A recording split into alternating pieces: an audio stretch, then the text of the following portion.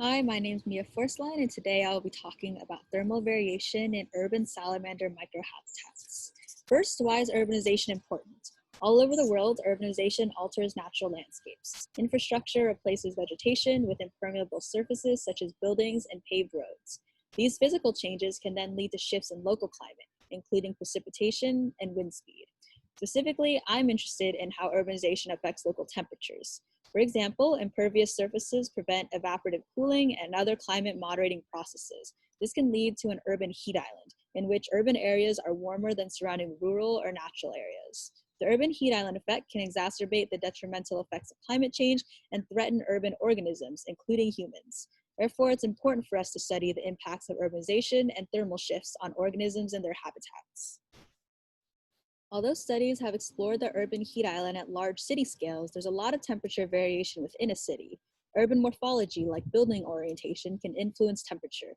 For example, construction materials like concrete absorb heat differently than natural materials like vegetation, and buildings can physically trap surface heat. However, buildings also offer shade, and urban green spaces like parks can mitigate the urban heat island effect. These conflicting forces produce complex miniature climates within a city that experience huge amounts of variation, sometimes with temperatures ranging over 20 degrees Celsius. These small, unique climates are called microclimates. A microclimate refers to the climate of a small area that often differs from the climate of the larger region. In natural habitats, microclimates also experience extensive thermal variation. For example, north versus south-facing mountainsides can diverge by up to 20 degrees Celsius due to different solar angles. Microclimates have been associated with vital ecological roles, such as animal metabolism, the colonization of invasive species, and ancient agricultural practices. Microclimates can even offer refuges from broad temperature trends like anthropogenic climate change. As a result, understanding microclimates can help us develop effective strategies to conserve and protect vulnerable species and habitats. One way to study microclimates is by looking at amphibians, which rely on external sources of heat and are vulnerable to climate change. Amphibians are often used as indicator species of global environmental health. Salamanders persist in Los Angeles urban microclimates and are ideal organisms for our study. Specifically, we studied Batrachoceps nigroventris, or the black-bellied slender salamander. It is a terrestrial lungless salamander that lives in both urban and rural habitats in the LA area.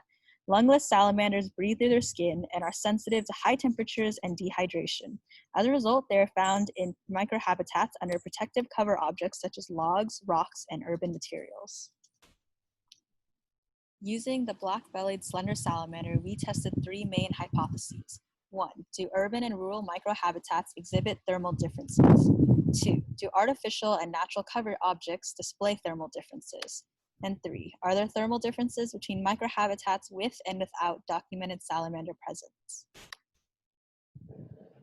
For our first hypothesis, we expect urban microhabitats to be warmer. So as urbanization increases on the x-axis, we expect these microhabitats to display higher maximum, mean, and minimum temperatures than natural microhabitats with similar temperature ranges. To address our first hypothesis, we employed miniature data loggers called iButtons, which recorded temperatures every 10 minutes under salamander cover objects like logs, rocks, and urban materials. We also measured factors that could influence temperatures, such as slope aspect and tree canopy coverage. We quantified the amount of urbanization in each location using national land cover data, which defined impervious surfaces as the percentage of developed surface per 30-meter pixel. As you can see on the map, some of our locations were up in the rural mountains, and some were down in residential LA neighborhoods, including Occidental's campus. Finally, we used linear mixed effects models to assess if thermal variation associated with urbanization. Using the iButtons, we examined average temperature maxima, means, minima, and ranges on the y-axis across increasing levels of urbanization on the x-axis. We saw slight variation, but fairly flat trend lines showing that both urban and natural cover objects demonstrated similar temperatures, especially during the first two sampling periods, which took place during winter, when salamanders are most active. Trend lines became steeper later during spring and summer, when salamanders were less common. Our linear mixed effects models also demonstrated that temperature variation associated with not just urbanization, but also with tree canopy, time of the year, and cover object type. You can especially see this by looking closer at average temperature maximums. As urbanization increases on the x-axis, the blue trend line stays fairly flat, indicating both natural and urban microhabitats measured similar maxima. However, when we look at tree canopy on the x-axis, as tree canopy increases, you see that maxima decrease, giving us a steep negative sloping blue trend line, but only during the spring and summer months. This demonstrates how urbanization may not be the most powerful driving force of microhabitat temperatures, which does not support our hypothesis. To further investigate these findings, we proposed our second question. Do artificial and natural cover objects display thermal differences? We expect artificial cover objects will be more stable and display lower maximums, higher minimums, and smaller ranges than natural cover objects, but have similar means. To address our second hypothesis, we again used iButton data loggers. This time we incorporated new urban materials like glass bottles and sandbags to compare to natural cover objects like logs and rocks. We then conducted Levine's tests to assess thermal variation between cover object types.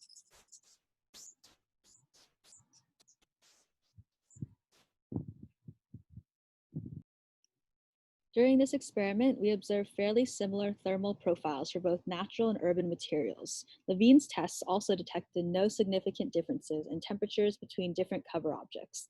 The lack of variation supported our hypothesis about temperature means being similar, but not about any other thermal aspects. So, cover objects looked similar based on continuous temperature data. However, we don't know if salamanders are under these cover objects all the time. So next we wanted to know what temperatures look like when salamanders are present. This leads into our third question. Are there thermal differences between microhabitats with and without documented salamander presence?